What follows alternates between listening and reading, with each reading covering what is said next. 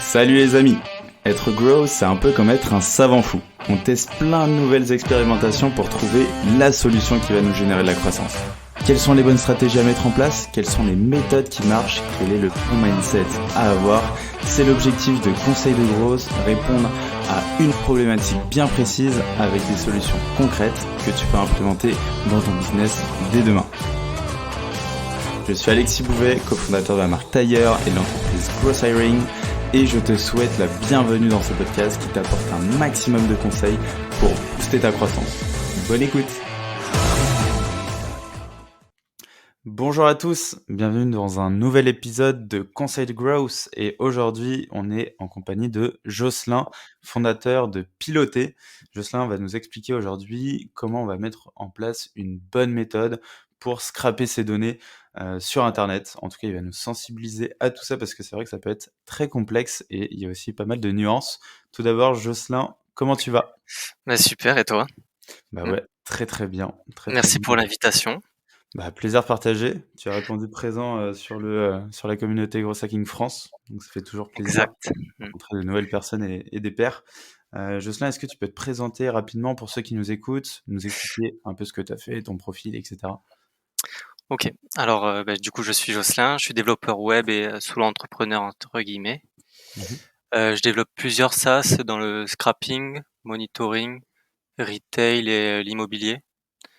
Donc, au niveau de mon parcours, j'ai fait pas mal d'alternances. Euh, j'ai travaillé chez Airbus dans le public et Mhm. après, petit à petit, j'ai quitté tout cet univers-là et je me suis mis à mon compte en faisant du consulting dans le scrapping pour le coup. Et diverses activités qui m'ont permis en fait de créer des petits logiciels au début et après c'est des rencontres en fait, hein. Petit à petit, Mhm. j'ai créé des solutions, j'ai développé différents noms de domaines, différentes marques et je les ai commercialisés. Ouais, ouais, c'est ça, tu as quand même créé plusieurs SaaS, hein. Oui. Globalement, si tu veux nous le présenter rapidement. Je peux vous présenter Piloter que j'ai commencé il y a 2 ans et que j'ai commencé à commercialiser il y a 1 an et demi. C'est un SaaS où je fais du scrapping at scale, c'est-à-dire qu'il y a des entreprises qui vont venir s'interconnecter à mon infrastructure en API et moi je vais fournir des grosses quantités de données. Par exemple, il y a des entreprises qui vont me dire bah, je veux récupérer plein de données sur des entreprises sur LinkedIn et donc Mhm. moi je vais connecter du coup, enfin les développeurs ou les gros hackers que j'ai en face, ils vont venir s'interconnecter à mon infra et récupérer de la donnée at scale, c'est-à-dire que ça peut être des milliers, voire des millions de requêtes par semaine, mois. Ça dépend des clients. Et les use cases sont très différents. Ça peut être des données entreprises, des données sur de la bureautique. Enfin, il y a un peu de tout. Ça peut être de l'immobilier, ça peut être des motos, des voitures.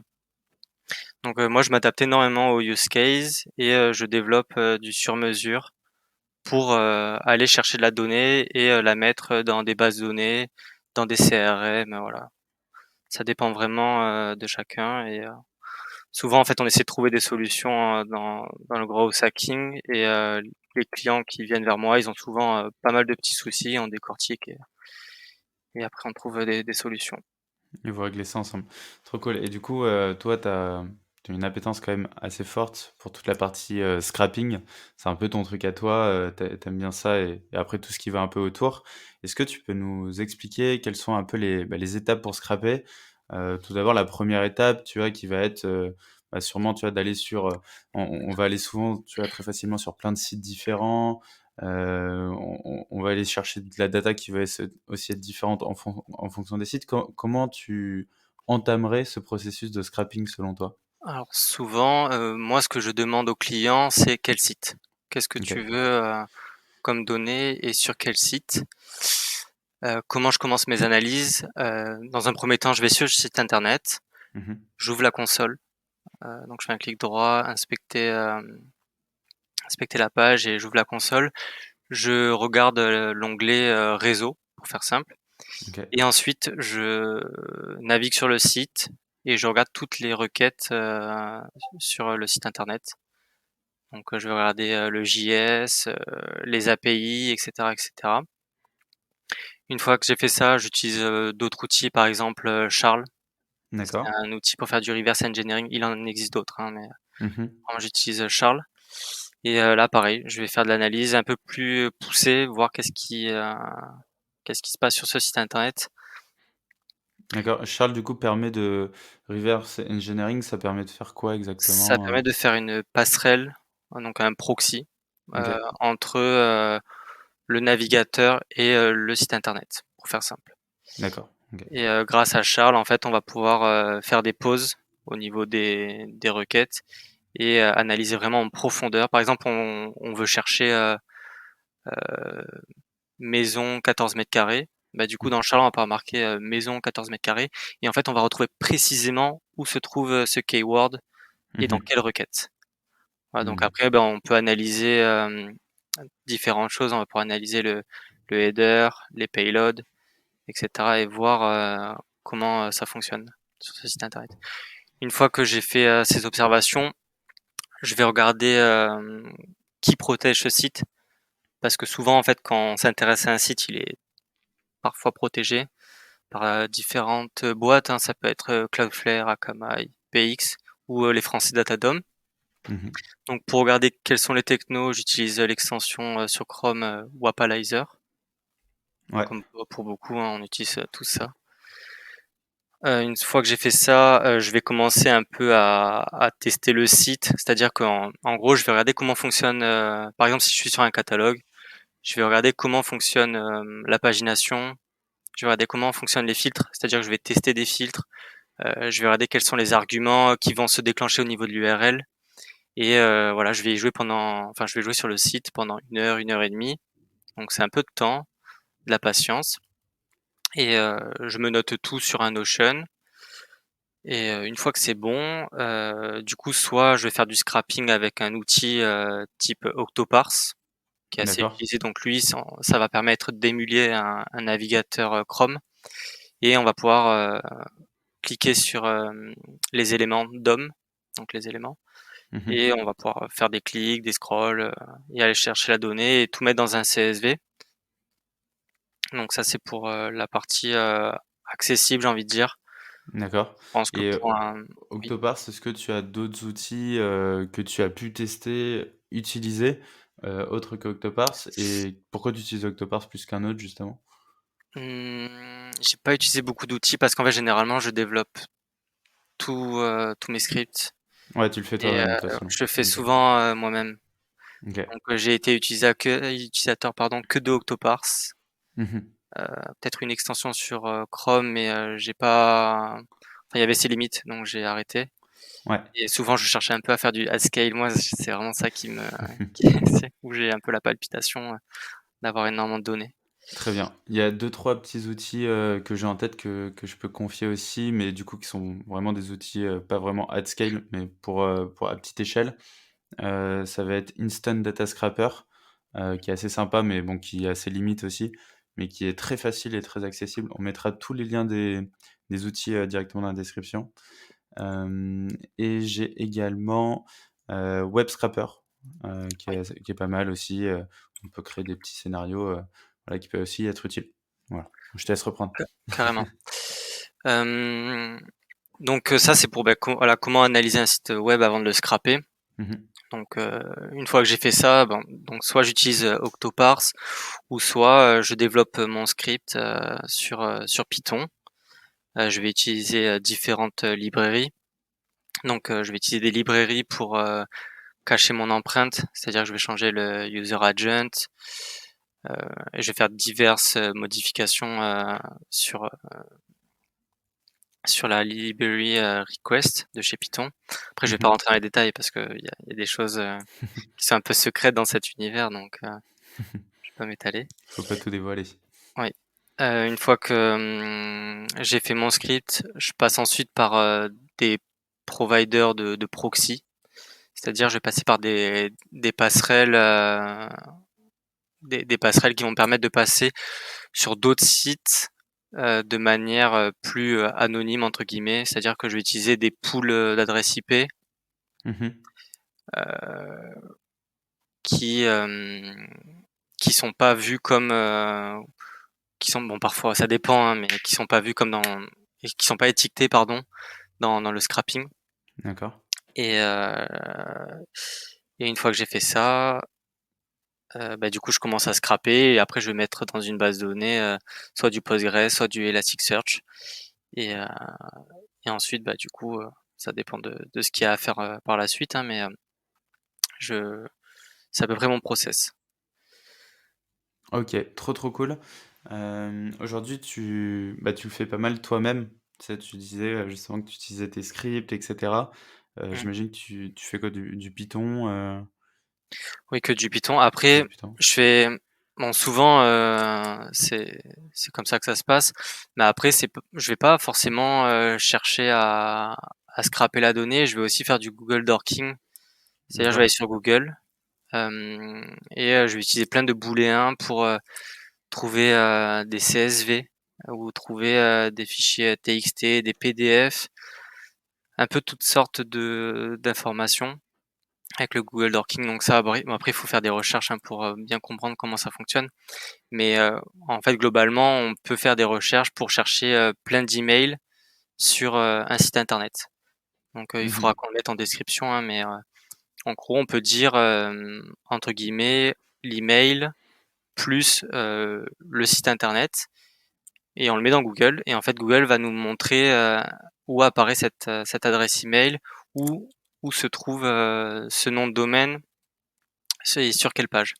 Donc ça c'est assez pratique parce que du coup, en fait, on peut trouver, des pages où il peut y avoir beaucoup d'adresses email. Bon après ça dépend du use case, hein, bon là on parle d'email. Ou sinon on peut tomber sur des fichiers, Excel. Là par exemple j'ai eu le cas cette semaine où en faisant quelques recherches, je suis tombé sur, des gros fichiers Excel de prospection, Mhm. de personnes qui l'avaient déposé sur des drives sur LinkedIn, enfin sur, leur drive et c'était des Ouais. fichiers de prospection, LinkedIn. Donc parfois en fait, on n'est même pas forcé en fait à faire notre scrapping, pour la prospection. On a juste un peu à faire du Google Dorking et on trouve, d'autres fichiers.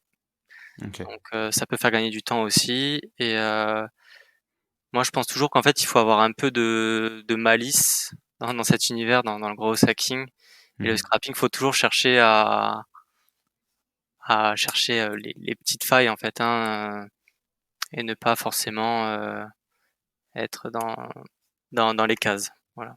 Ouais, sortir un peu de la boîte et chercher autre part. Il y a aussi, bah, justement pour rejoindre ce que tu disais, tu vois, il y a pas mal de trucs que tu peux faire avec LinkedIn. Tu sais, tu mets site, deux points et l'URL LinkedIn, bah, le site LinkedIn du coup sur ta barre de recherche Google. Et après, tu peux mettre bah, soit effectivement un arrobase ou un, je sais pas, 06 ou 07. Et Exactement. ils vont te faire ressortir directement tous les URL, Mmh. plus les numéros de téléphone. Ouais. Ça, c'est pratique. Après, moi, j'ai toujours été contre, les numéros de téléphone. Il y en a beaucoup Mhm. qui les exploitent dans cet univers, qui les vendent. Ouais. Mais moi, je trouve ça que c'est enfin, je trouve que c'est pas très éthique de vendre les numéros de téléphone, des pros et même des particuliers, hein, parce qu'il y a il y a des univers qui sont assez grey et dark, hein, Ouais. où on trouve de Mhm. la vente de données, massive et à petite échelle, pourquoi pas, pour trouver quelques prospects, le faire avec une extension. C'est bien, mais après, il faut pas passer la barre, en fait, hein. Il faut vraiment rester dans ses bottes Mhm.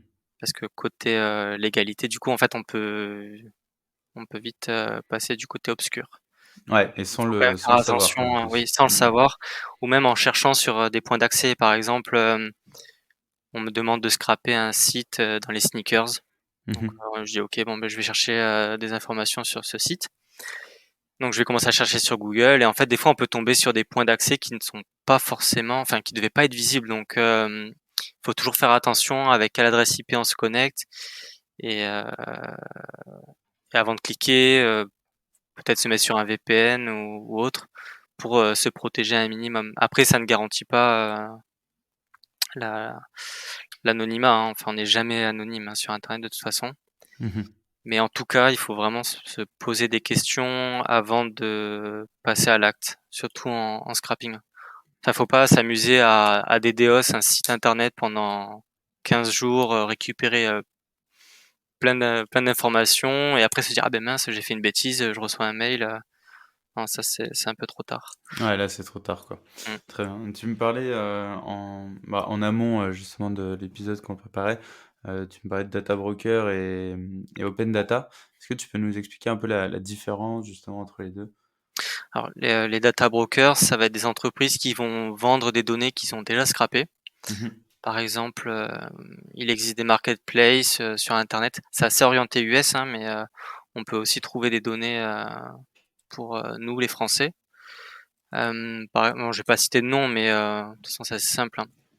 Mais en gros, on va sur ces marketplaces, on peut chercher par exemple tout le catalogue d'IKEA. Et Ok. on va peut-être trouver quelqu'un qui vend en tant que data broker tous les meubles de chez Ikea.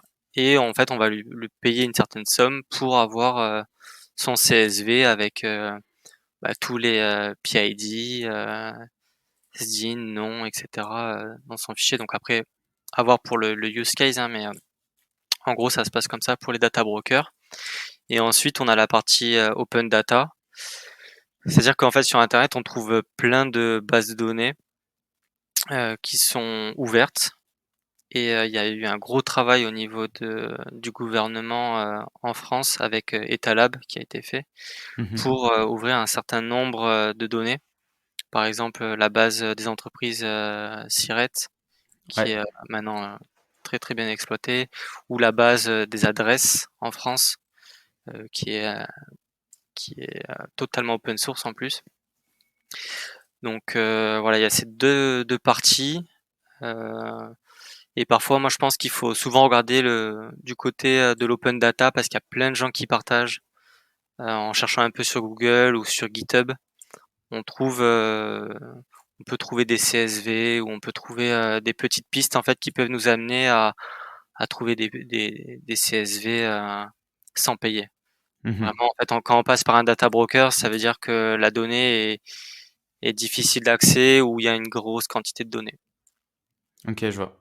Voilà. Euh, toi, ce que tu aimes bien aussi, c'est toute la partie scrapping à grande échelle, at scale. Est-ce que tu peux nous expliquer un peu le gap entre les deux?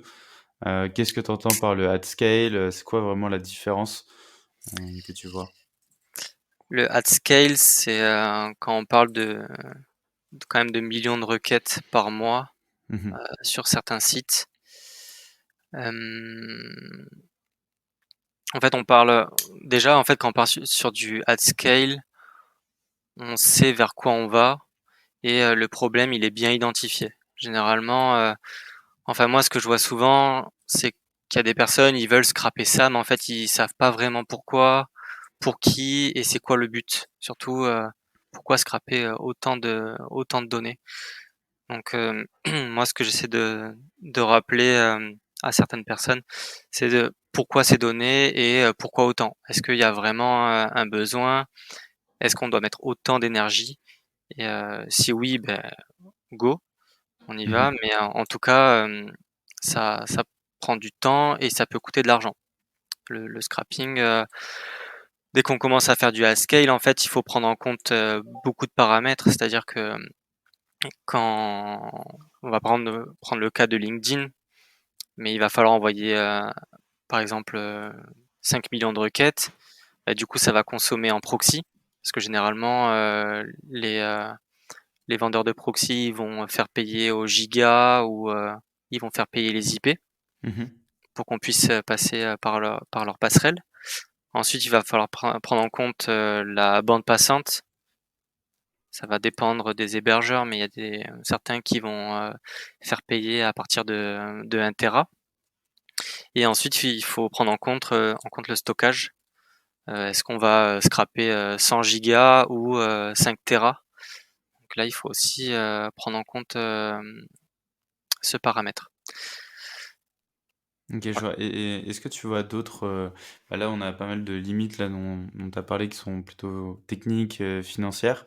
Est-ce que Mhm. tu en vois d'autres justement sur la partie, je sais pas si tu as des exemples ouais.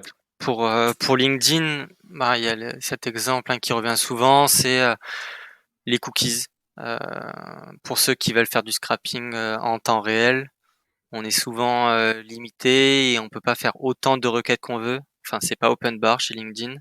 Enfin, on Mhm. prend cet exemple, hein, mais c'est, il faut y aller petit à petit et en mettant des limites. Par exemple, on peut aller scraper 10 000 compagnies par jour et par cookie. Ça, c'est un exemple concret Mhm. et que pas mal de personnes, enfin une minorité sait. Mais globalement, un cookie, 10 000 compagnies par jour. Et ça, c'est une limite à ne pas dépasser parce que si on dépasse cette limite, LinkedIn va ban le compte ou le cookie et ensuite on va être un peu flag et ça devient de plus en plus difficile. Donc après, sur les limites, en fait, elles interviennent souvent en fait quand on doit passer par de la connexion. En fait, Ok. quand on doit se connecter, on peut être limité. Mhm. Ok. Et il y a une notion aussi, j'imagine, bah, tu peux avoir aussi une limite un peu légale. Là, on en parlait un peu tout à l'heure. Comment on sait si on est dans la légalité ou non Alors là, très clairement, pour LinkedIn, on est tous dans l'illégalité parce qu'en fait, on enfreint CGU, CGV en Ok. utilisant les différentes solutions qu'on connaît en France. Qu'est-ce qu'on encourt? Je sais pas exactement. Je suis pas le plus spécialisé. C'est un peu le problème du métier de growth hacker Mhm. et ça mériterait d'être beaucoup plus encadré par les boîtes parce que parfois en fait on voit des growth hackers qui partent un peu dans tous les sens et qui se retrouvent avec des fichiers assez aberrants avec beaucoup de données perso et au niveau de la légalité, ben là, si on parle de GDPR, on n'est pas du tout dans les clous. Donc, Mhm. Ouais, c'est vrai que ça pourrait être drôle dans une formation un peu grosse d'avoir une brique vraiment oui, légale à t'expliquer bah, qu'est-ce que tu peux faire et qu'est-ce que tu peux pas faire, parce que c'est vrai qu'aujourd'hui on n'est pas du tout, bah, pas bien en tout cas, sensibilisé à ça. carrément. Et ça, c'est un gros pain pour tout le monde. Après, les plus experts peut-être savent, ou chez les startups qui sont très tech et à jour, ou même accompagnés par des fonds d'investissement avec des avocats, etc. Là, c'est beaucoup plus facile pour eux. Mais sinon, pour les gros hackers qui sont dans des boîtes de 20 à 25 personnes, ils mériteraient d'avoir des formations sur ce qui est autorisé et pas autorisé, Trop carrément. cool. Bah, merci à toi en tout cas, Jocelyn, là tu nous as vraiment plongé dans ton univers. On arrive à la fin de l'épisode. Une question que j'aime bien poser, c'est est-ce que tu as un dernier conseil d'amis pour ceux qui nous écoutent? Hmm. En gros, hacking en général, moi je pense qu'il faut souvent avoir un peu la malice et chercher sur Google Mhm. les, les réponses à nos questions. Ouais. Ce que je pourrais ajouter. Ouais, ça, je suis assez d'accord et bah, on le fait Et un peu naturellement, mais on va pas aller plus loin parce que souvent on a l'habitude d'avoir la réponse très vite. Alors que là, je pense que tu penses un peu au mindset de vraiment aller creuser quoi et aller très aller profond. creuser, oui, exactement. Mhm.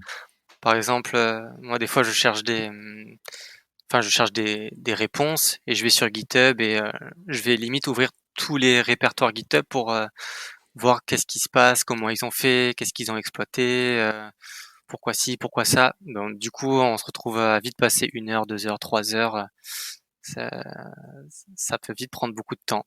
Mais du coup, on apprend énormément et il faut s'auto-former dans l'univers du growth en passant du temps aussi sur le Slack de Growth Hacking France ou le forum de growthhacking.fr. Faut pas Mhm. hésiter à mettre des topics, poser des questions, même si c'est peut-être bateau pour certains, il faut quand même poser la question. Il y aura toujours des gens qui vont venir y répondre, surtout sur le Growth Hacking, enfin sur le forum de growthhacking.fr. Ouais, Voilà, je clairement. fais petite pub pour eux. Ouais, tu as raison, franchement, ils font un très bon taf, donc ils méritent amplement. Trop cool. Bah, merci à toi en tout cas, Jocelyn. C'est C'était Alexis. top. Merci pour cet épisode et puis je te dis à très vite. À très vite. Salut. Salut, ciao. J'espère que cet épisode t'a apporté de la valeur. Si tu veux me motiver et me soutenir pour faire encore plus de contenu, tu peux mettre 5 étoiles sur Apple Podcast et me confier tes problématiques en commentaire. Tu peux aussi le partager autour de toi si tu penses qu'il peut aider. On se retrouve la semaine prochaine pour un nouvel épisode. En attendant, prends soin de toi.